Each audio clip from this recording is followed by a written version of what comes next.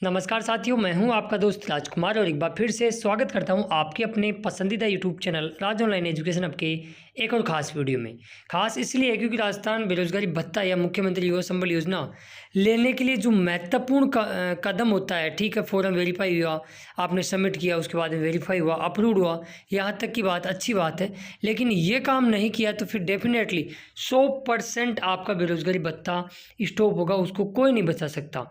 क्योंकि बेरोजगारी भत्ता लेने के लिए एक महत्वपूर्ण कार्य होता है, ये महत्वपूर्ण स्टेप होती है। स्टेप बाय स्टेप पूरी चीज़ मैं बताऊंगा इसमें कि बेरोजगारी भत्ता इंटर्नशिप जॉइनिंग प्रमाण पत्र कहाँ से डाउनलोड करते हैं और फिर इसको कैसे अपलोड करते हैं, इसके अंदर विवरण में क्या भरते हैं, डिटेल में क्या भरेंगे, जॉइनिंग लेटर इंटर्नशिप कार्यालय यानी जहाँ आपको सेंटर मिला है उससे ऑफलाइन उसको कैसे भरवाओगे।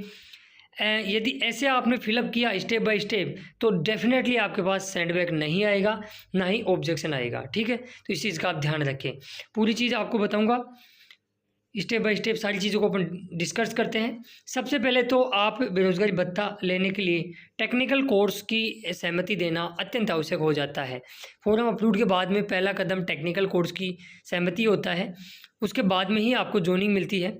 तो ये टेक्निकल कोर्स की सहमति आपको भत्ता अप्रूव होने के पहले भी दे सकते हो, तो बाद में 15 दिन के बाद में दे सकते हो। जिस तारीख को फॉर्म अप्रूव हुआ है उससे नेक्स्ट 15 दिनों तक आप उसकी सहमति दे सकते हो। यदि नहीं दोगे तो भत्ता वैसे ही बंद हो जाएगा।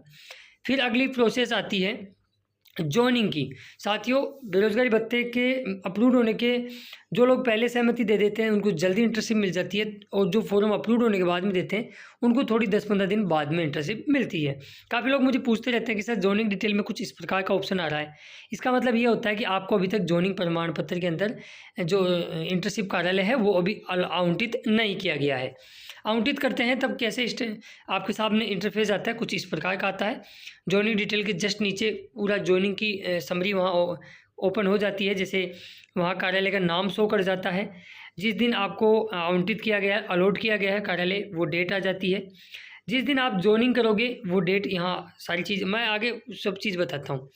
पहले तो आपका पहला ही क्वेश्चन आता है कि सर ठीक है इंटर्नशिप मिल गई है सेंटर, अब जॉइनिंग लेटर पर जो प्रारूप है वो कहाँ से डाउनलोड करें।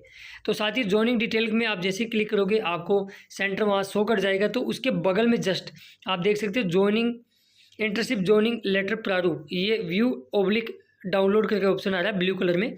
इस पर जैसे आप क्लिक करोगे तो आपके पास सिंपली कुछ इस प्रकार का PDF है वो डाउनलोड हो जाएगी, जिसको आप जॉइनिंग इंटर्नशिप जॉइनिंग प्रमाण पत्र भी कहते हैं। इसको सिंपली आप अपने जहां आपको सेंटर मिला है कार्यालय से कैसे फिलअप करवाओगे, पहले तो इसका प्रिंट आउट आपको ले लेना है कंप्यूटर या मित्र माध्यम से। और सबसे पहले आपके क्रमांक नंबर यानी डिस्पैच नंबर वहाँ से ये आपके जो कार्यालय वाले हैं वो ही इसमें फिलअप करेंगे। यदि वो नहीं करते हैं तो उनको ज़रूर बताइए कि ये फिलअप करना अत्यंत आवश्यक है। यदि ये फिलअप नहीं करोगे तो आपके पास डेफिनेटली सेंडबैक आएगा। फिर वहाँ जिस दिन आप ज्वाइन करे हो वहाँ की डेट ऊपर आ जाएगी। फिर आपका यानी कैंडिडेट का नाम आ जाएगा।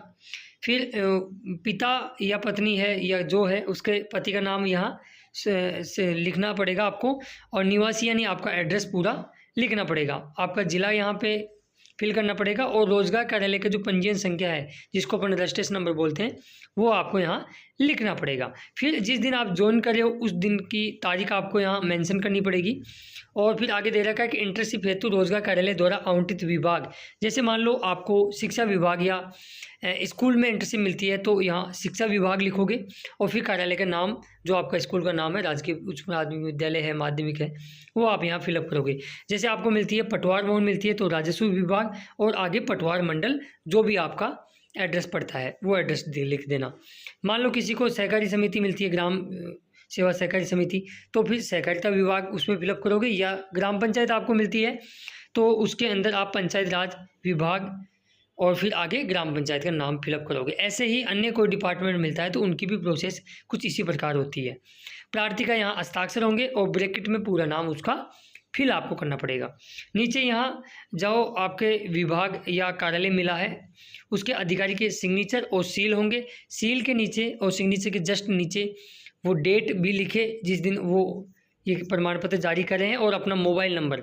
आजकल अधिकारियों के मोबाइल नंबर लिखना भी अत्यंत आवश्यक हो गया है, क्योंकि विभाग को ऐसा लगता है कि कई लोग फर्जी या एडिटिंग करके भी अपलोड कर रहे हैं, तो मोबाइल नंबर की वजह से कई बार सेंडबैक आपके वापस डाल दिया जाता है, क्योंकि विभाग वाले भी कई बार क्रॉस चेक कर लेते हैं अधिकारी से फ़ोन कॉल करके भी।